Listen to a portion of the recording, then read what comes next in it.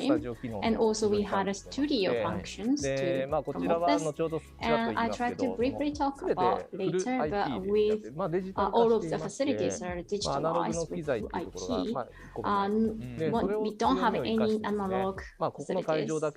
And also not only this facility, but also other facilities in remotely, and we can have remote production scheme, and based on the program we try to promote this service.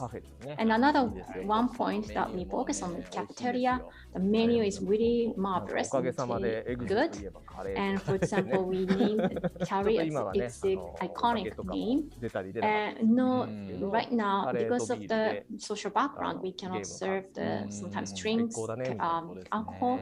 But of course, you can enjoy the normal dinner or lunch while doing what you want. You can enjoy meal and what we are doing as esports.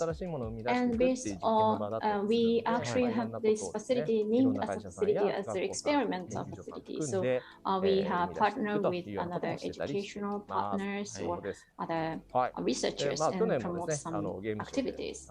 Last year in the game show, we have also had a programs broadcasted in the game show as well. So not only for personal use, but for other corporation use. business use, we can serve many services. Not only that, we can serve educational one. And as I talked to you before, the eyeglasses development focusing on the game doing things. And not only that, we facilitate the many events coming from municipal government. And regional one or for the older people or the people who have physical challenge. Many events have organized in support. We support those facilities, those events. So around the world, in Japan, nationwide, we can have many events, and we had an Olympic host family experiences. Now today's main topic so far. We try to increase the number of partners, and of course we incorporated the themes message before. I try to talk about it later briefly. Previously, we announced the esports league for business people, especially B2B, so forth. We try to establish this. I try to have time to talk about it later, afterwards. We also created a platform like this. So we have a number of things. So thank you for your time and talk. So moving on, we try to move on to the second part. 地域の会社のテレワークのためにいよいよ NTT 東日本からコワークストレージ誕生です。僕らがいいプレーをするためにバットやグラブにこだわるようにいいテレワークにはいいストレージが必要なんじゃないですか。わざわざアメリカからありがとうございます。NTT 東日本がこだわり抜いて開発したコワークストレージ、お試し利用もどうぞ。ナイスキャッチ。愛してる NTT 東日本。では皆様、エグゼカップの第1回、第2回の優 We 勝 have 者 another 同士の competition, ぷよぷよ e スポー exhibition ツエキシビ match ジョンマッチ with the です Puyo ね。 Puyo そしてその後は esports. 出演者による So クイズ after トー that, ク we こち have らを another スタートして crosstalk まい with ります。 the presenters. それでは NTT e スポーツで So は社会人を NTT 対象と esports した have e スポーツイベ organized ン this トエグゼ Exec カップ Cup が for 今 esports 年 event for 3 business 月 people. そして6月の2回 This にも March 開 and 催されました。 this これはオンライン June で was ご as 自宅 well から two ご参 times. 加いただくトー And ナ this メン one トとな we って can おり join ま from して、 home ストリートファイ online ター in 5 チャン tournament ピオンエディショ match. ンと Street ぷよぷよ e ス Fighter ポーツの2 5タイ and トル、そ Puyo れぞ Puyo れで esports. We 社 got 会 two 人最強 titles, の座を競い合 and うイベントだった business の people で have すが、まず competed はな with each ぜ other この in エ a グゼカップ match. 開 And 催 why しようと you 思ったの try か to から聞か focus せてもらっ on ても the いいでしょ exec うか。match and why did you did want to establish this? やっぱりこ So first of all, う、まあ学生の頃から when I was a teenager, I loved to play games. And after being a business person, I decided to need to think about the work-life balance between games and of course the household chores. 頑張ります。 And I served many things and I did so hard work. And of course, I thought there are a number of people like me. 本当にいきなりオープン And suddenly, all of a sudden, we have an open tournament. And sometimes you can have open doors to the World Cup. And when you have a motivation to join this World Cup, it's really difficult to win. I think it's a big hurdle to them, right? I don't mean to be saying it negative, but for example, when I was a student, it's really easy to join, but when I was a business person, really difficult to have a time management. But on the other hand, there are a number of people who work as a top-notch, as a professional game users, and also it's really difficult to compete with them as well. So I don't want to discriminate all of them, but I try to have a platform for all those who are doing business as well as doing games to compete each other. So like me, the business person who loves to join the game or competition, but we want to have a platform for motivating them. So in the future, eventually, that can be this platform. And I'm not sure if there are a number of people like me or agree with me. That's the Exec Cup is the platform to try our motivations or try what we are doing. And I think once we have this platform, then we are really motivated to join, to keep playing the games. Of course, once we have the target, I think we can have the partners or friends to compete each other. Of course, sometimes it's good, sometimes the result is not good. And after having the bad results, how to utilize it, or the people who are doing this, it's like business people, I think.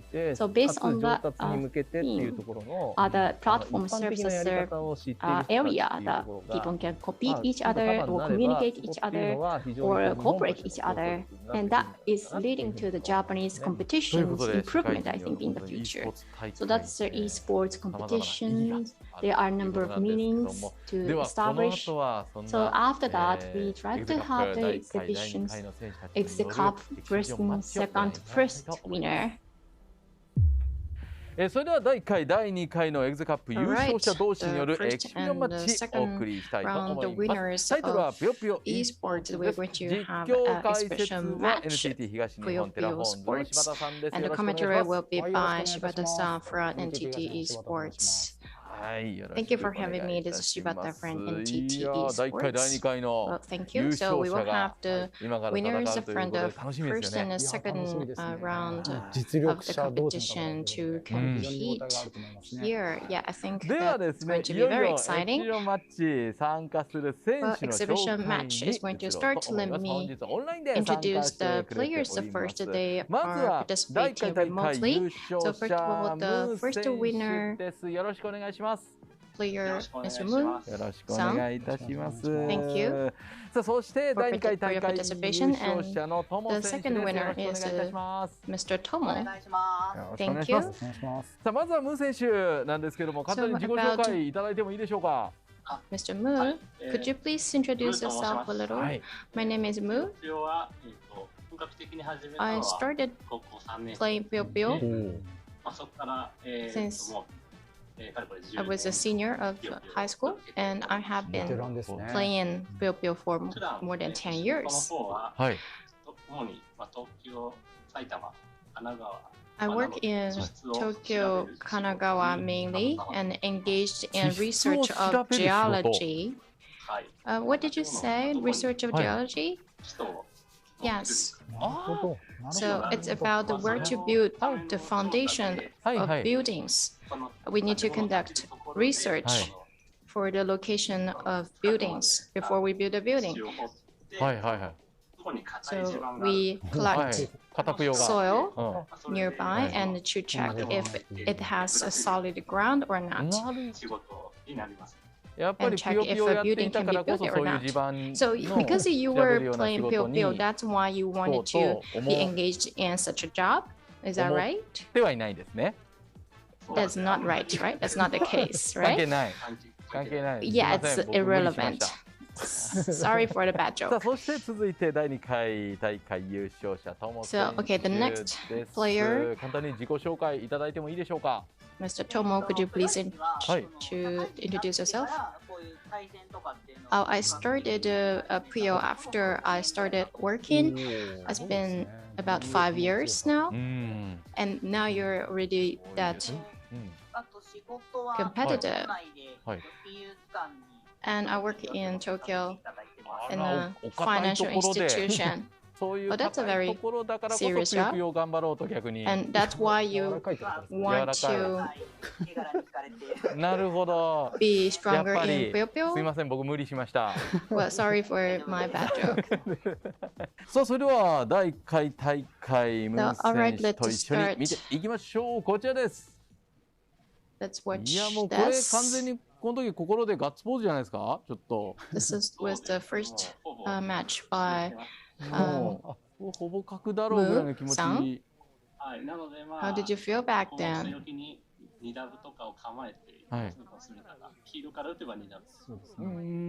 Yeah, I started with the yellow 2 double. うわ完璧すぎる。Your play was perfect. You beat the enemy before the enemy attacked you. And in such a short match, we predict the enemy's move. And I think that's a very informative match. And next, let's watch the second competition footage together with Tomo-san. So I look at the anime and also myself. It's a very close game. And because the enemy is also getting a lot of points, so I have to fight back.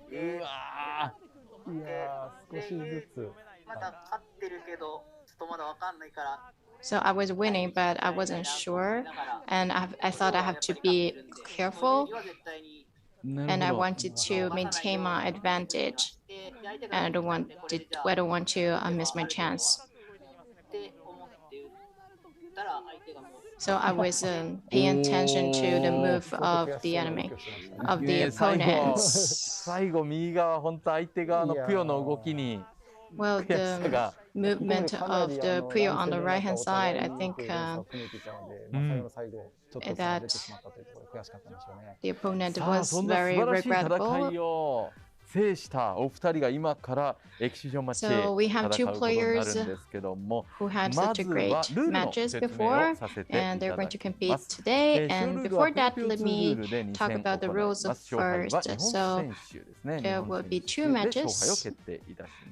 And the person who won the first two are going to win the match. So now let's start the exhibition match between Musan and Tomo-san. Okay, ready? Let's go. So choose your favorite character. And the match starts. Okay, the positions are very similar. So yeah, both are formulating GTRs. So let's see which side is going to attack first. Okay, first double has been read, but I think that's quite well. Before losing this chance, 3 chains, and Tomo-san is following up. Okay, it's a whisker.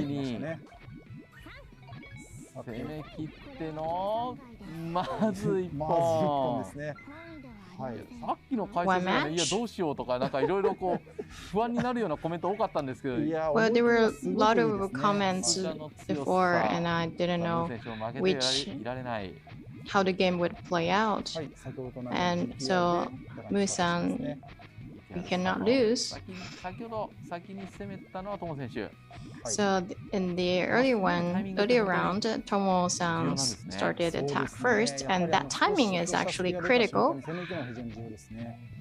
Well, yeah, it's important to catch the opportunity. Okay, okay, there's some big movement, big development. And Tomo-san, is it possible to fight back? I wonder how it's going to play out. Well, 12 chain, that's a lot, that's big. Okay,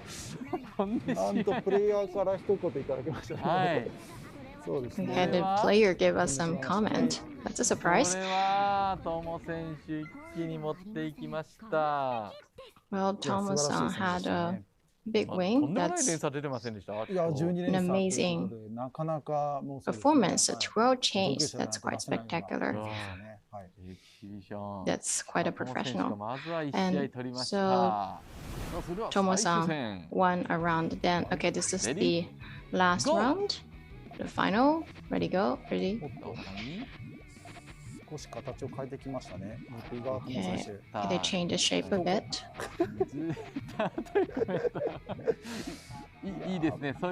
missed the position.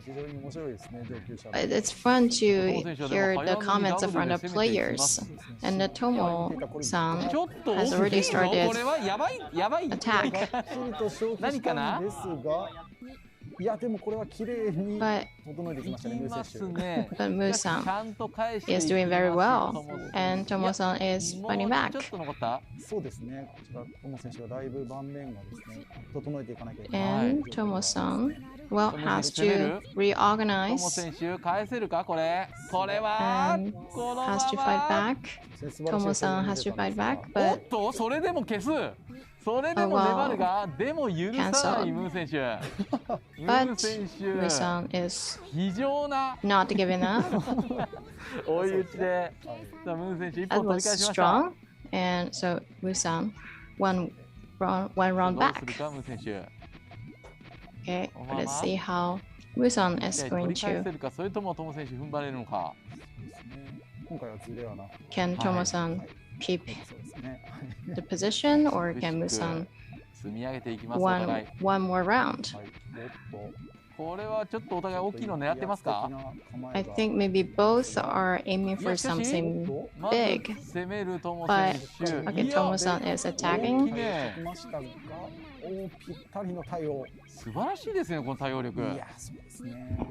His adaptability is really marvelous, and Mu-san is fighting back, and also Tomo-san is now having another form to attack, fight again, and revenge it. And finally, he has another round of competition, and they are still fighting. A number of garbage Puyo is coming from him, and he needs to have the speed to delete all those garbage. And still Mu-san is fighting back and have a swift movement, a number of three chains, and it's really a bad position. I think it's really negative. It's really weak positions, but within this competition, but he can chain a number of spaces. Still limited spaces, but if he has a number of spaces, those masters can find another warriors to fight back. So what about the competitions going on? And do you have any rooms for revenging? It's really difficult to fight back. Finally, amazing move. Mu-san won the game, and now they don't have any. They are having a good match right now. We cannot compare with them. ということで、ムー選手、トモ選手、本当に熱い戦い見せていただきありがとうございました。 competitions. We are so moved. Thank you for having us. Thank you for having me. Thank you for watching this exhibition match. So from now on, Kagesawa-san will have the floor. So as for the things that I talked in the first part, I'd like to talk about the things to do with the Exec Cup and how to transform the Exec Cup to another platform. I'd like to talk about it, the next stage of it. So Exec Cup is a trial for B2E and B2ED is the platform for the games lovers, for the business person. And we try to show the goals and also want to have the platform to cooperate with each other and have friends. And messaging, I just stress this point, especially Japanese people love to have games. And based on that background, we have established this platform, Tokyo Game Show. And we are renowned as the games first winner of the game industry, but I don't want to be described as a negative part in the game sports. And based on the background, especially the personality of the business person, I try to have the message for especially the platform for the people who are joining this platform. And thanks to your support, I try to confess that compared to 2 or 3 years ago, it's really welcome area background for us, especially the games lover. And it's it was before it was really hard to say that I want to have a day off because I want to join this game competitions. It's really difficult to say. But now that they are open, I mean, they are welcome to do so. And now we are doing as a business person as well. But we also have the platform to facilitate the events like competing with each other in the business field or in terms of the games. It's a good thing. And also the number of participants are joining more and more. But of course, I myself think it's really difficult or emotionally difficult to join the competitions with the company's name as well. There are a number of things to. And of course, there is the matter that we can announce my company or not. And even after saying my company, it's really difficult to introduce them or encourage them to join as well. So, of course, I don't want to deny the competitions, matches among the business companies that I'm doing. But I myself things like, of course, if I make it as a rules, not the mandatory for announcing the belonged companies or not. So, of course, I'd like to skip it. I don't make it detail, but the thing is that I don't want to make the black and white situation. Like even if you are a business person with a limited time, you can also play the games, so you can also join the game competition. So not the mom and dad can also know that even before the dad and mom who are doing games are not well known, not highly welcome. But now that I try to make the platform to let them be let me be rewarded. So within the stream, vision, mission, values, we now announcing it, as you can see. And I try to talk about this and stress out that I just want to make the platform for those who are doing business as well as doing games and love the games. Not like just like animations or manga. We try to make the games as a popular things like this. And I just created this logo. And I just talk about it that participants are business persons.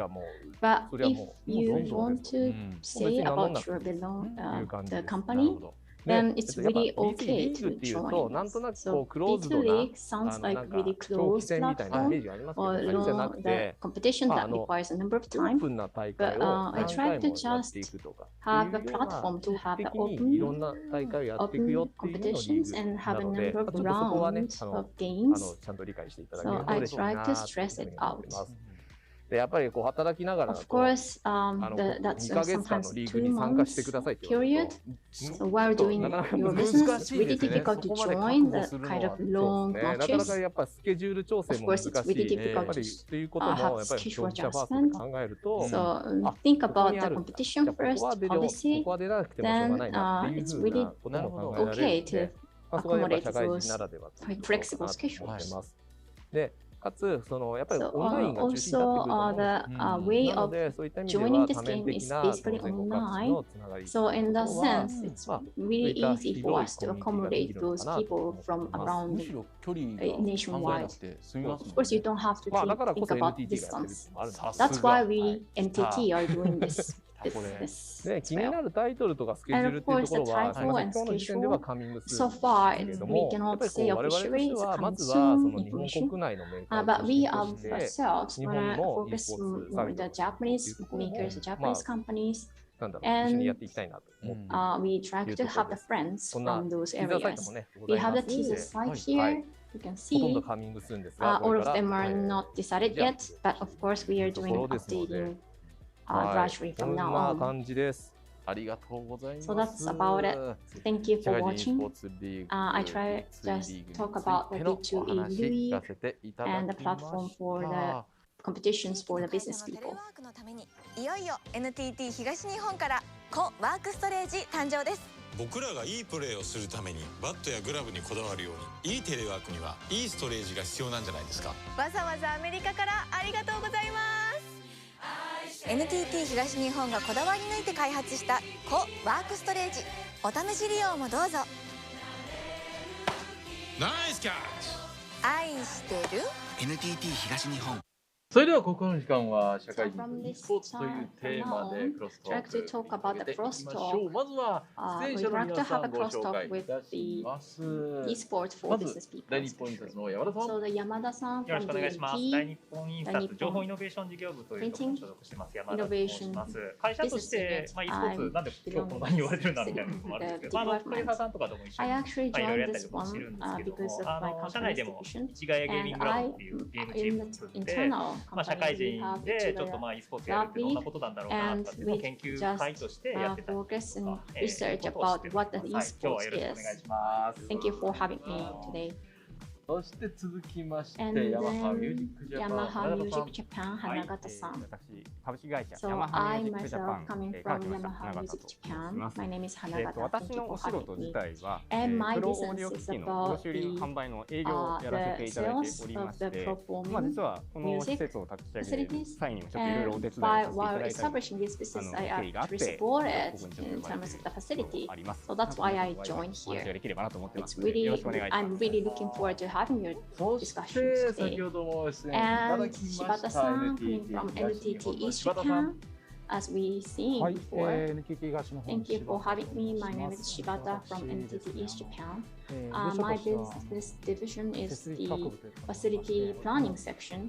お仕事内容はあれですね。 And イ my ンターネッ business ト is の about 保守をす the るような、守っていくみたいな the 皆さんの maintenance うち of に the internet ご連絡 facilities 通信 and そんな仕事を facilitate the internet to やって the ますんで、はい、今日 people は皆 in さんに Japan. And I'm doing this お話できればと思い games ます as ので、 well, よろし so くお I'm 願いい really たしま looking す。 forward to have the crosstalk here. そして NTT スポーツの影沢さんです。 Then we also はい、 have Kagesawa-san from NTT Esports. まあ別にいいっしょ。 I don't need to introduce myself again, right? 一番やり込んだゲームは難しいですね。 What's 意外とね僕 your もね most 雑 played 食 game? な Oh, んで that's す a よね。で、difficult ファンタジスタオンライン question とかは because ド I リームキャ play スト4 different 台 games, ずつぐらいは Fantasy, とかしてま Dreamcast したし、 4.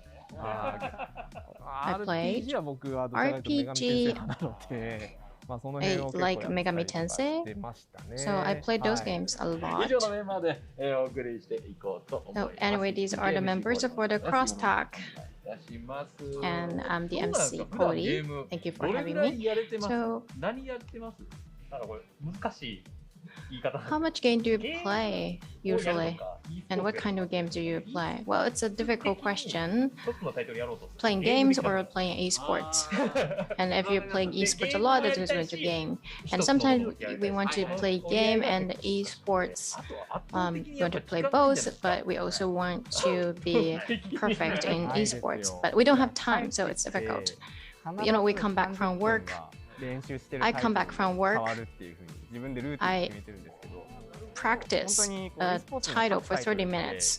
I have that routine because esports is really similar with to instruments. If you don't play a day, then you forget what you do. Something I could do yesterday, I cannot do it today. So it's really difficult. And smartphone games, fighting games, sometimes I spend a lot of time to practice. But if, you know, sometimes when families are around, you can do it even when there are people around. But I really don't want to be. But sometimes if things don't go well, I show frustration and then my families don't like it. そうですね。もう今聞いてて、あ、その通りだなと思ってたんですけど、いや、 Yeah, I totally agree with you guys. You know, for Puyo Puyo, each match is about 1 minute or less than that, so you can play it in a short time. And Splatoon, it takes 5 minutes for one match. If it's 1 minute, you can do it, you know, between things, like Cody-san said. No, you can concentrate. I can concentrate. 僕もその集中力の持ち主だ If ったらよ it's かった 1 minute. Well, I wish I had that concentration. At work, between meetings, if I have 5 to 10 minutes, then I wanted to play games, so I created something for me to play next to my desk, and there are also people who put a switch next to the desk so he can play. But I don't want people to see that I'm playing a game. So actually, that's something I want to change, the mindset. In that sense, in the same environment with limited resources, there are people who share the same environment, and I want to have a platform for these people to compete with each other. And in our team, even if we attend competitions, but we cannot secure time, so sometimes we lack motivation. So, if we can gather people who share the same background and environment and compete, I'm really craving for such opportunities. When we were students, we didn't feel that we could not defeat business people, the working population. As gamers said that I'm not going to lose the game to someone who's working, but now we're on the opposite position. We are working, so we're going to lose, but But even that, there are a lot of professional gamers who are also working at the same time, and they do training and they attend lots of competition. So we really want to create a platform and an environment for them to compete. Through this crosstalk, B2E League, when we thought of that, I think it's been supported, and I'm glad to hear that our idea is not wrong. It's been endorsed by people. Thank you for the talk, and the time is almost up. So before we wrap up, I want to have some comments from the guests here. There was a survey recently. It says that games are hobbies for men, and in Japan, there are a lot of people playing games, but there's a bias towards games. But we're just working hard on something, and we also want a reason for us to put so much effort in it. There are a lot of gamers like that. If we can create an environment where people can work towards a goal, it will be good for a lot of gamers and also for the next generation. So that's my personal view. Thank you. Of course, I'm shouldering the name of my company, but the game market, I want to make it better, and I want it to prosper more. And as a team of a company, and now I'm a team member of a company, but if we can gather people from the same background, regardless of online or offline, if we can create opportunities where people can play together, can compete together also as Yamaha. So I want to also expand our activities. So this crosstalk really reinforced my thinking. Shibata-san, how about you? I'm also a player, so that is my perspective. And if we can start the league that I mentioned, a competition, then a game is not just a hobby anymore. If you can gain something from a competition as a team, it's going to be something more interesting for a player. So other than jobs, we also have something else in our life, something that we want to strive for in our life, and something also for us to enjoy. If we can create those opportunities, I think that is really cool. Thank you. そして最後に影沢さんお願いします。はい、Kagesawa-san, 長々とね、いろいろとお your turn. 話ありましたけど、まあ実際エキシビシ Yeah, ョン we マッチ really とか talked で a も lot 結構働 today, きながらあん and だ in けの fact, in すんげ exhibition えプレイ match, でき there る were a 人 lot た of ちっていうのもいてね、 people who are 僕ら working も改めて while こう they すごく自 also 分自身ゲームす do るモチベ a ーションにもな sports. ったなと思ってます And し、 that まあ is まず also 今回 part そ of の my B2E リーグっていうのを立ち motivation 上げようと思っ for たそ doing の社会 games. 人の仲間を作る So ってい behind the う establishment ところ of に関しては本当 B2E これ League は and も to う create 今見てる more 人たちだけではなくて people も in う the ゲームする人 business たちだけでもな community くて who そ play れを games 社会全 together, 体で作ってい not く only わけ for ですよね。 gamers, I で think it's やっぱり something 社会 for 人って the い whole うその学 society 生が to work 次 on. のステップに So, 入るで、 the まあ、プロ working, か the らする business と of まあ一 people ある意味セ and カ the ンドキャリアみ students たいな and そうい for ったところ professionals, も it's 中 also 心 a と second なってい career. く一つのまあモチベー And ション that platform, で that でき kind る of イベントとな platform ってい is けばいい going な to と思 foster ってます。で、こうい motivation. った営み方 And が僕らだ that's けじゃなくて、本 the 当にそ vision の I 周りも have. 含めて一緒になって And 作って to いけ make れ that ば、 happen, まあ我々がじゃあそのリ we タイ need ア to して、involve everybody, 老後 not にね just 好 myself. きな And こ after うゲ we ームっていうも retire, のをもっとより大手を振ってできるっていう、そういった社会 maybe に we つ can なげてい have き a たいなと society 思ってるので、 where ぜひ、we まあ can enjoy 今 games 日は more. B2E リーグの話中心にはなりましたけど、まあ So こう B2E League いう was the 会社のいろん focus な of 事業を通 today's じてそういった topic, 社会を but 作っていきたい NTT と思ってま Esports すの have で、ぜ lots ひ of 皆さんですね、応援 initiatives and ご支援のほどよろし activities, くお願いい and たし we ま are す。 going to という do ことでござ more, います。 and we would あり like がと to うございま seek す。 for your というこ support とで皆様、本 continuously. 日は本番組ご視 So 聴い with ただき that, まして this 誠に is あ the りが end とうござ of いま this した。 program, and 株 thank 式 you 会 very 社 much for エ watching. スポーツでは今 NTT 後 Esports 日本 Corporation 日本 will 発展に continue してまいり to ま go す。 all out それでは to contribute to the B2E で development お会いい of たしましょう。 esports さ in ようなら。 Japan. So I hope to see you in B2E League someday. Goodbye.